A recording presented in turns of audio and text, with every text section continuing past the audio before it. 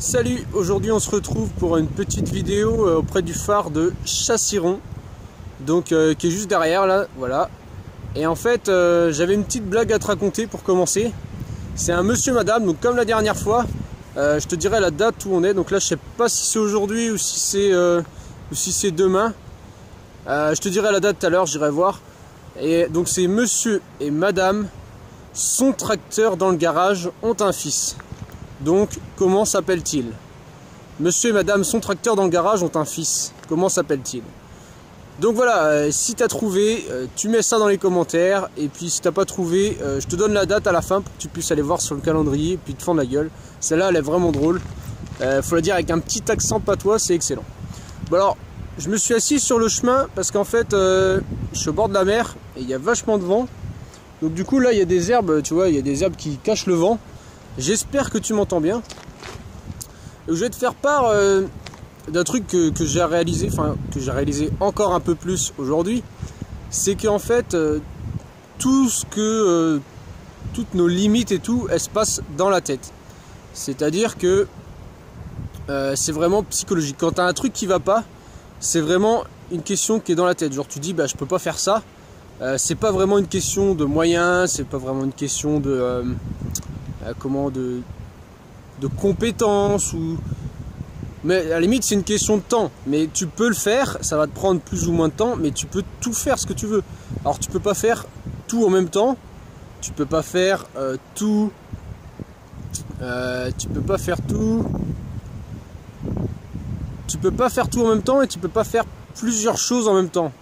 C'est un peu compliqué, c'est encore ce que j'essaye de faire, tu vois, de faire plein de trucs en même temps, mais c'est assez balèze parce que tu t'éparpilles, au final tu fais que dalle quoi, tu fais 1% de chaque truc et du coup ça avance pas quoi.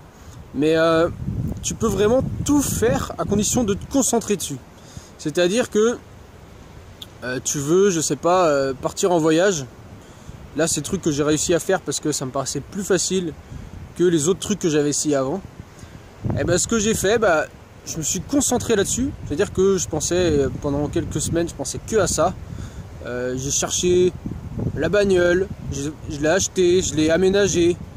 Et là, ça y est, je suis parti, ça fait un peu plus une semaine et un jour, je crois, un truc comme ça. Donc ça y est, c'est parti, je suis en voyage. Et en fait, ça se passe, c'est beaucoup plus facile que ce que je croyais. Je m'attendais, tu vois, à galérer et tout. Mais j'ai rencontré des gens via une page Facebook, du coup, je suis allé les voir en vrai.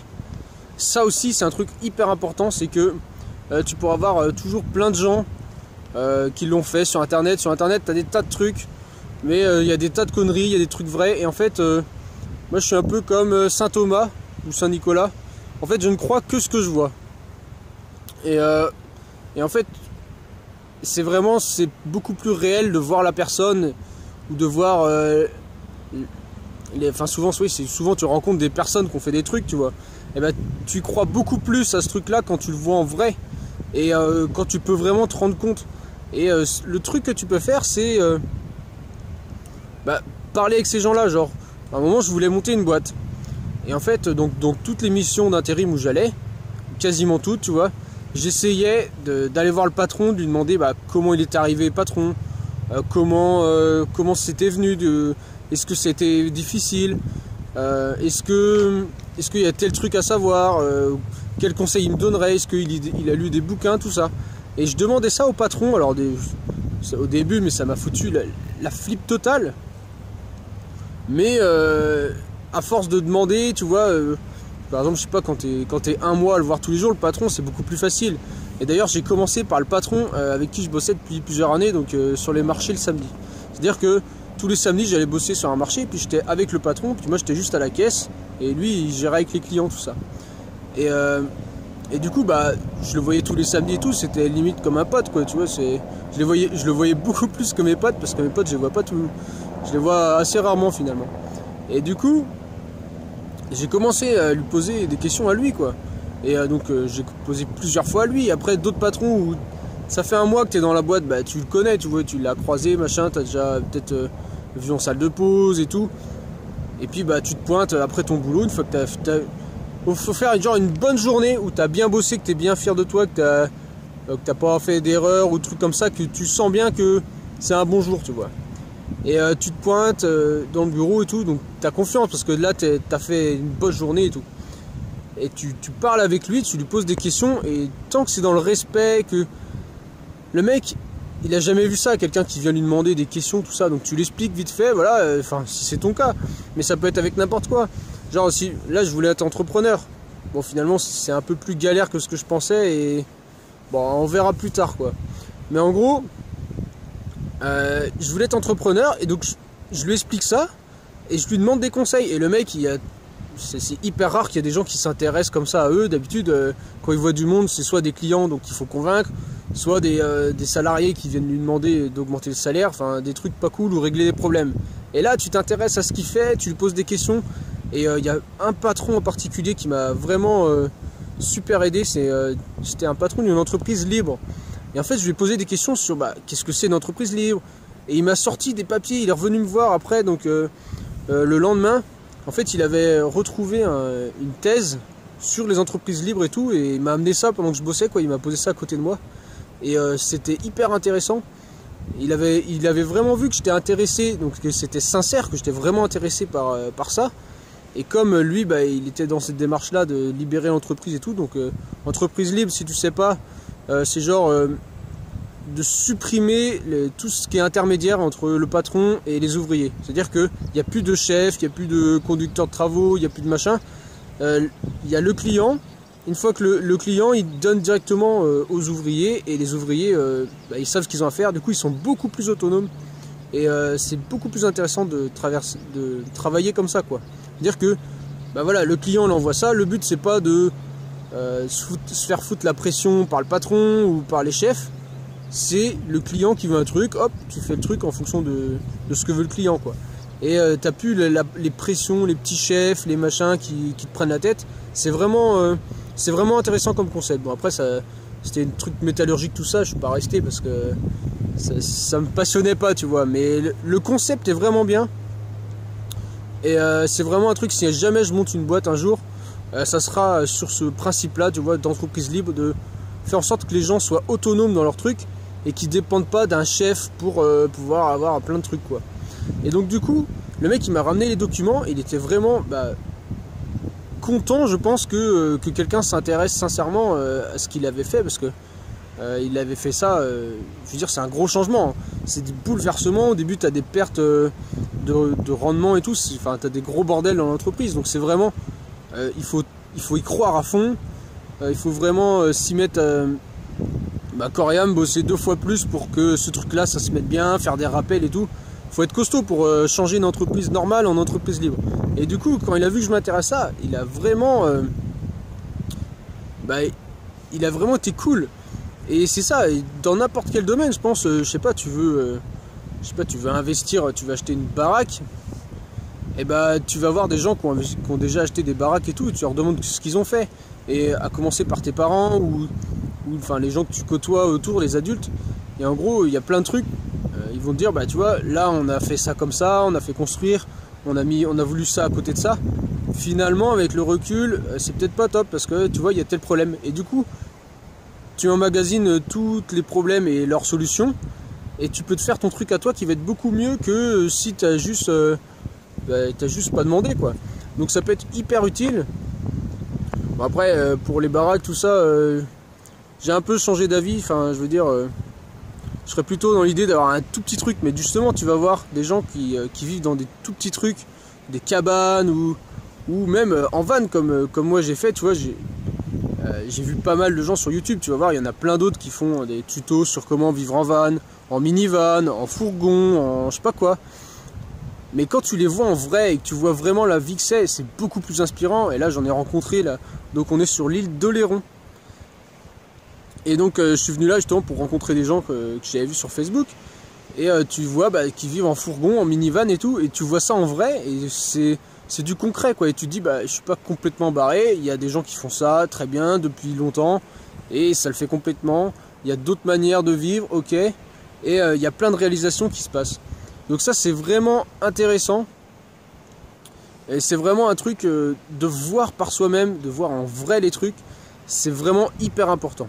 De voir et surtout de se rendre compte que c'est psychologique. C'est-à-dire qu'une fois que tu as vu le truc et que tu sais, ah ouais d'accord c'est possible, et ben finalement tu y arrives beaucoup plus facilement.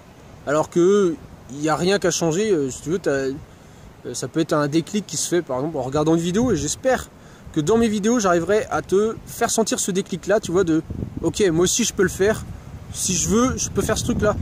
Et si vraiment tu le veux, bah de le faire, tu vois, de pas se dire ah ouais mais il manque ça, il manque ça. C'est-à-dire que tu as les mêmes ressources, tu as autant d'argent, tu as autant de temps, tu as autant d'énergie qu'avant de voir le déclic.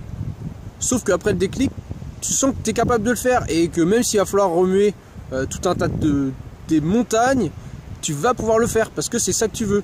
Et moi c'est un peu un déclic comme ça qui m'a pris, c'est que je cherchais en fait à voyager. Je me suis dit voilà, j'en peux plus de tourner en rond dans ma chambre, faut que je voyage et tout. Donc je regardais les trucs de voyage, des gens. Il y a des gens, je te jure, ils se baladent avec juste leur sac. Ils dorment dans des hôtels, des auberges, des machins, mais ils se baladent, ils ont que leur sac à dos. Il y en a même, ils font ça, ils dorment même pas dans des hôtels, ils dorment dans des tentes, tu vois. Et moi, je regardais ça, je me disais, bah, faudrait que je me barre en mode comme ça, mais c'est dur, tu vois. J'ai jamais rencontré de personne qui a fait ça, et pour moi, c'était pas possible. Et par contre, le fait de vivre en minivan, ça, je trouvais ça déjà beaucoup mieux. Et j'ai vu une vidéo de quelqu'un qui a fait ça, mais beaucoup plus à l'arrache, et qui fait ça très bien. Et je me suis dit, mais si cette personne-là, elle peut faire ça à l'arrache, avec que dalle, pas d'électricité, vraiment, mais le minimum, bah moi, je peux faire ça, j'ai juste à foutre un peu d'électricité et faire un peu le truc plus... Enfin, faire le truc un peu mieux, tu vois, et ça me suffira pour moi. Et du coup, c'est un déclic qui se fait, tu as autant d'énergie, mais sauf que là, tu es dans ta chambre, et au lieu de te dire, putain, je vais pas y arriver avec un sac, tu vois le truc avec le camion, tout ça, et tu dis, ok, moi aussi je peux le faire. Bah, je vais en parler autour de moi, je vais demander s'il y en a qui peuvent, si je peux trouver un camion comme ça, comment je peux l'aménager. Donc tu te mets à regarder des vidéos de plein de personnes différentes, puis il y en a 2, 3, 4, 5 qui vont t'inspirer. Enfin, le mieux c'est d'en avoir, tu vois, 2, 3, ça suffit quoi. Parce qu'il y en a plein, ils vont pas forcément t'inspirer, et puis tu vas pas voir 5 fois la même chose, ça sert à rien. Donc tu suis 2, 3 personnes qui ont fait ce que tu veux, et tu essayes de... Alors soit les rencontrer, mais je veux dire, pas les rencontrer directement, mais t'imprégner un peu de leur manière de faire, et de t'imaginer que c'est normal. C'est-à-dire que toi aussi tu peux le faire, c'est tout à fait normal, et t'es pas exceptionnel, ces gens-là ils sont pas exceptionnels, tout le monde peut faire ça s'il veut quoi. Donc c'est vraiment le message que je veux te passer. De toute façon je ferai d'autres vidéos pour t'expliquer ça en détail. Non, c'est bon. Je ferai d'autres vidéos pour te motiver à balle, à faire ce que tu as envie, à t'amuser, parce que pour moi je pense que l'amusement c'est la base. Donc si tu veux t'amuser, c'est juste dans la tête, c'est une question de mental. Et si tu veux faire quelque chose, bah, c'est pareil, c'est dans la tête. Tout ce que tu veux faire, c'est dans la tête. Et le meilleur moyen de faire des choses, c'est soit de le voir, ou soit de le voir en vrai et de te rendre compte que c'est vraiment possible, soit de le voir tellement de fois, par exemple sur internet, sur des vidéos ou dans des bouquins. Quand tu lis genre plein de bouquins de gens qui ont fait la même chose, ou plein de vidéos, ou plein de, je sais pas, des émissions, tu vois des trucs, les gens ils font ça, et au final tu te dis mais moi aussi je peux le faire, enfin tout le monde peut le faire. Et c'est vraiment ça que je veux partager avec toi. Donc je vais rentrer là au camion, en fait j'attends le coucher de soleil, mais avec les nuages qu'il y a, c'est pas gagné. Donc je vais rentrer au camion, je vais regarder la date pour te dire quelle date c'est, pour que tu puisses deviner, pour que tu puisses avoir la réponse à la devinette de tout à l'heure. Et puis bah je te dis amuse-toi bien, on se dit à bientôt. Salut! Voilà pour ce qui est de la devinette, donc on est le 5 juin, je viens de vérifier sur mon calendrier. On est le 5 juin, donc si jamais t'as pas trouvé la réponse de la devinette, donc ce monsieur et madame, son tracteur dans le garage ont un fils, et bah tu vas voir au 5 juin, et puis tu vas te marrer.